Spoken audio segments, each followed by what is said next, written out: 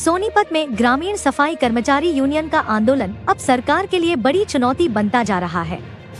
पिछले 7 दिनों से जिला उपायुक्त कार्यालय पर धरना दे रहे कर्मचारियों ने आज मुख्यमंत्री नायब सैनी का पुतला फूका। कर्मचारियों का आरोप है कि सरकार ने वादे किए, लेकिन आज तक कोई वादा पूरा नहीं हुआ।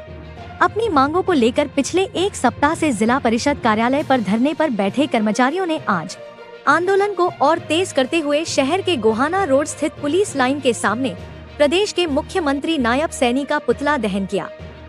कर्मचारियों ने सरकार के खिलाफ जमकर नारेबाजी की और अपनी मांगों को तुरंत पूरा करने की मांग उठाई।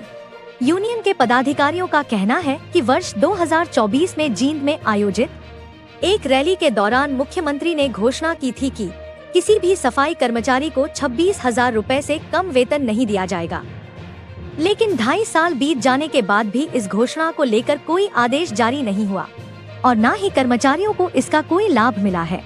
प्रदर्शन कर रहे कर्मचारियों ने आरोप लगाया कि वे पिछले करीब 18 वर्षों से लगातार सेवाएं दे रहे हैं। इसके बावजूद आज भी ठेका प्रथा के तहत कच्चे कर्मचारी के रूप में काम करने को मजबूर हैं। कर्मचारियों का कहना है कि उच्च न्यायालय और सर्वोच्च न्यायालय के स्पष्ट आदेश हैं कि जो कर्मचारी 10 वर्षों से लगातार सेवाएं दे रहे हैं उन्हें नियमित किया जाए, लेकिन सरकार इन आदेशों को भी नजरअंदाज कर रही है। कर्मचारियों ने कहा कि आंदोलन के 7 दिन बीत जाने के बावजूद प्रशासन या सरकार की ओर से किसी प्रकार की बातचीत का प्रस्ताव तक नहीं आया है।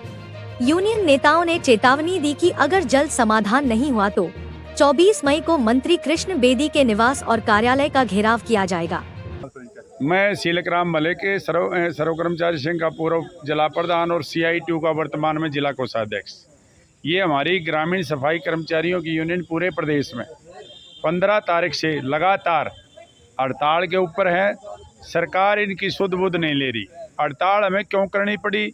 हड़ताल इसलिए करनी पड़ी कि भाई नायब सैनी ने जींद की 2024 की 26 नवंबर की रैली में ये कहा था कि सफाई कर्मचारियों को 26,000 रुपये से कम वेतन नहीं मिलेगा।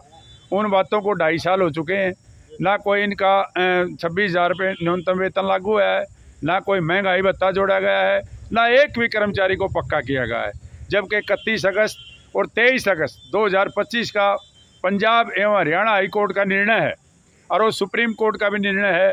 ये कहा गया है कि 10 वर्ष जिसकी सेवा रेगुलर हो चुकी है कच्ची, उसको पक्का किया जाए। ये कोर्ट की भी नहीं मान रहे। तो हमारे जब सिर पर पानी जा लिया तो हमारी यूनियन ने निर्णय लिया, CITU हरियाणा ने, कि भाई तमाम जो हमारे ग्रामीण सफाई कर्मचारी हैं हम भी सांकेतिक हड़ताल करेंगे। लेकिन बड़े दुर्भाग्य की बात है, आज 7 दिन हमारी सफल हड़ताल को हो चुके हैं। किसी प्रकार का कोई निमंत्रण सरकार का नहीं आया है। हमने निर्णय लिया है कि 24 तारीख को हम नरवाना के अंदर जो कृष्ण बेदी है, जो वाल्मीकि जयंती के ऊपर ये कह रहा था कि कोई भी कच्चा कर्मचारी नहीं रहेगा और तमाम को हम मिनिमम वेज 26,000 रुपये दिला के रहेंगे।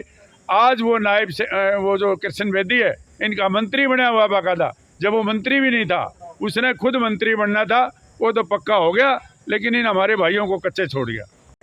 सर, अब पहले तो आपका हम धन्यवाद करें कि आप हमारे पास आए, हमारी बात सरकार के तक पहुँचाओगे। आपका बहुत बहुत धन्यवाद। मेरा नाम नरेंद्र है और मैं गाँव मोहना सफाई कर्मचारी हूँ।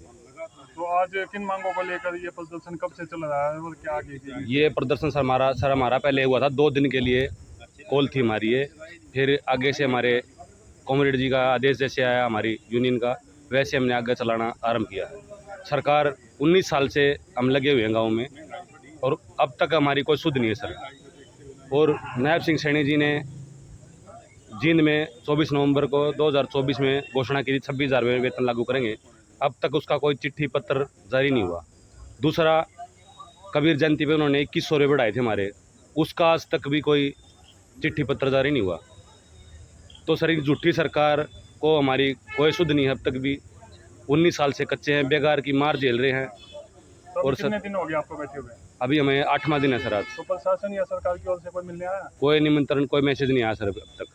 तो आगे किस तरह की लड़ाई जारी रहेगी? जब तक सरकार हमें बुलाएगी नहीं सर, हमारे नेता या हमारे कॉमरेड वगैरह को नहीं बुलाएगी, बात नहीं करेगी ना सर, तब तक हमारी हड़ताल जारी रहेगी।